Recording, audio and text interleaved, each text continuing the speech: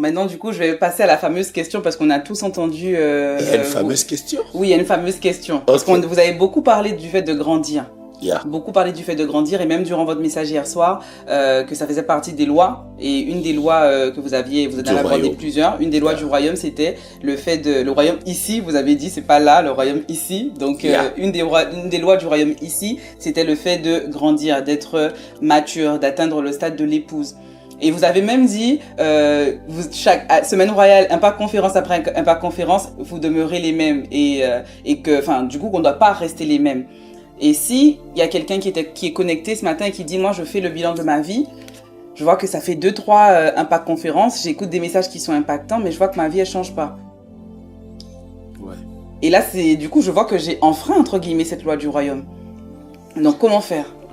Alors, je commence par dire que sur le plan physique, on grandit sans forcer.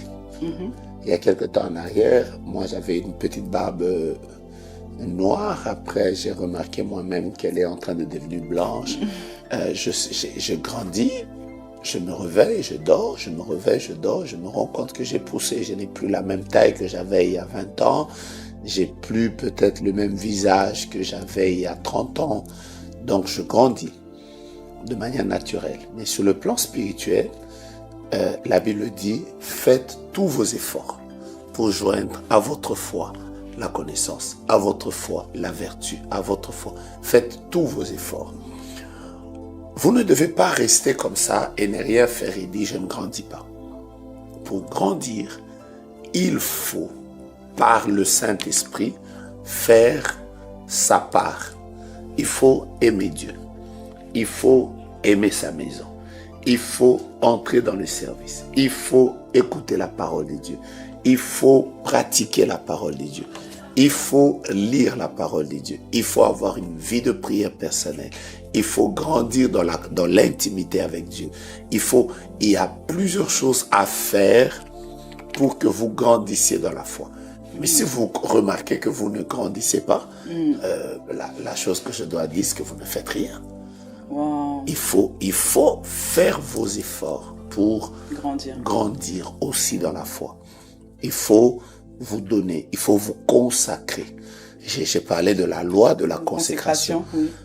Le principe est que plus vous vous donnez à Dieu, plus Dieu prend de la place dans votre vie, dans les aspects, les domaines de votre vie, plus vous êtes en train de grandir.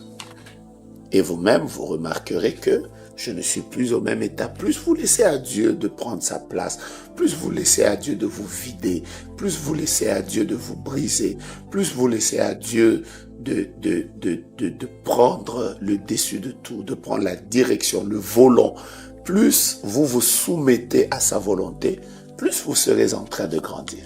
C'est comme ça que l'apôtre Paul dit, les choses auxquelles je tenais à l'époque, que je considérais à l'époque, aujourd'hui je les regarde comme de la boue. Parce que j'ai fait des efforts. Mais il continue, il dit, tout ce qui m'intéresse, je fais des efforts pour saisir Christ. Ça veut dire qu'il a refusé de rester au même niveau. Il a voulu avancer. Il n'y a personne qui doit dire, mais moi je cherche à grandir. Mais je grandis pas. Mais je grandis pas. Qu'est-ce que tu fais? Est-ce que tu désires vraiment évoluer? Il faut le désirer. La croissance dans la vie chrétienne, il faut la désirer. C'est ça la différence. Et du coup, est-ce que quand on est dans cet état d'esprit, ça veut dire que on n'est pas en train de se dire pourquoi je suis en retard, mais c'est plus en train de se dire qu'est-ce que j'ai fait pour être en retard? Du coup, le mindset, il change parce que par rapport à tout ce que vous nous avez dit, ça veut dire qu'il y a toute une panoplie de choses à mettre en place pour pouvoir atteindre cette stature de croissance. D'ailleurs, ce que je veux éviter, c'est de croire qu'on a une panoplie de choses à faire. Ah. Parce que ça nous fait tomber dans la religion. D'accord. Dans la religion, c'est ce qu'on dit. On dit, écoute, respecte chaque vendredi, prie 3 fois, prie le matin, à midi, le soir. D'accord. Ça, on tombe dans la religion. Ok. Le christianisme n'est pas une religion. Le christianisme, c'est une vie. C'est une vie dans laquelle on laisse juste Christ prendre sa place dans nos cœurs. On laisse à la parole de Dieu de prendre la place dans nos vies. Je vous donne un exemple. Quand la parole de Dieu dit « pardonnez », plus vous pardonnez, plus vous grandissez. Parce que sur le plan du caractère, vous n'êtes plus un rancunier. Vous n'êtes plus quelqu'un qui reste dans les blessures. Le fait de pardonner vous amène à vivre une certaine croissance. Là où la Bible dit ne vous inquiétez de rien. Faites connaître vos besoins à Dieu. J'apprends à ne plus vivre dans les inquiétudes. Chaque fois que les inquiétudes viennent, ce qui est normal, moi, je viens confier ça à Christ.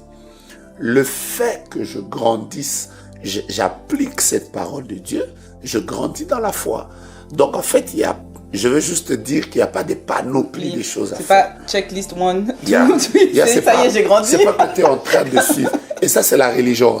On n'est pas en train de faire, voilà, c'est ça. Ah, donc c'est bon, je lis ma Bible, je prie à 5 heures, je vais dormir à 23 heures. Il a parlé du service, c'est bon, je sais. Et je voudrais dire que si on doit vivre comme ça, la vie chrétienne est très compliquée. Oui. Si on doit vivre comme une religion, mais ça ne tiendra pas, c'est très lourd. Mais c'est parce que c'est souvent ce que les gens disent. C'est pour ça que les pharisiens n'ont jamais réussi à obéir, parce que c'était compliqué.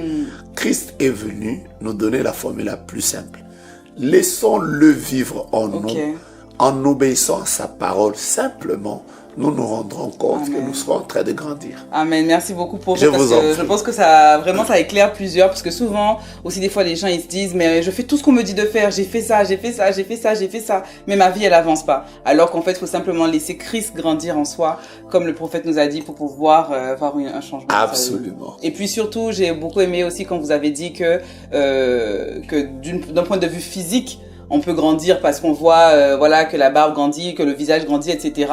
Ça, c'est d'un point de vue qui est un point de vue physique. Maintenant, quand on grandit, ce n'est pas que physique. On grandit au niveau de l'âme, on grandit au niveau de l'esprit. Donc, même si je regarde en arrière d'un point de vue physique, je vois que ma vie n'a pas changé. En réalité, la maturité, la croissance, ce n'est pas uniquement avec ce qui est physique, en fait. Donc, c'est important d'avoir ce type de clé pour pouvoir faire aussi de bonnes introspections et puis aussi pour pouvoir avancer et atteindre la stature que le Seigneur veut qu'on puisse atteindre dans cette saison. Erika, tu es de retour parmi nous? Oui, je suis de retour, ça y est, je suis revenue. Merci beaucoup pour cet échange, merci beaucoup prophète pour la profondeur de ce que vous avez dit. J'ai bien aimé le fait que vous reveniez sur les clés pour discerner justement les faux prophètes, parce que je pense que c'est quelque chose qui est vraiment très important et déterminant sur notre génération, parce que les gens on vit dans une société où les gens sont perdus en fait, qui savent plus quoi faire, ils savent plus où aller, et ils risquent d'aller chercher en fait des réponses un peu partout, et grâce aux clés que vous avez données, que tout le monde aura, finalement, ils vont pouvoir discerner réellement. Mais je vous donne une anecdote. Dites-moi. Quelqu'un a dit, on a dit qu'à l'époque, on formait des gens dans le FBI pour qu'ils apprennent comment détecter les faux dollars. Alors, ils devaient savoir comment détecter les faux billets des dollars. Vous savez comment on a fait? Au lieu de leur apprendre à manipuler les faux dollars, tout ce qu'on a fait, on leur a soumis à la manipulation des vrais dollars. Donc ils ont appris à manipuler les vrais dollars. Et tellement qu'ils avaient manipulé les vrais, qu'ils ont reconnu les faux. Chaque fois qu'ils tombaient sur le faux, ils pouvaient savoir que c'est le faux. C'était faux. En fait, ce que Dieu nous demande, et c'est ça la beauté de cette conférence, c'est que Dieu nous demande, c'est pas de commencer à chercher, ah oui, le faux, voici ce qu'on doit faire. C'est nous faisons un effort pour être attachés à Christ, attachés à sa parole, manifestons la vie de Christ en nous, le vrai. Ça sera facile de découvrir que ça c'est faux. Amen. Voilà. Profond.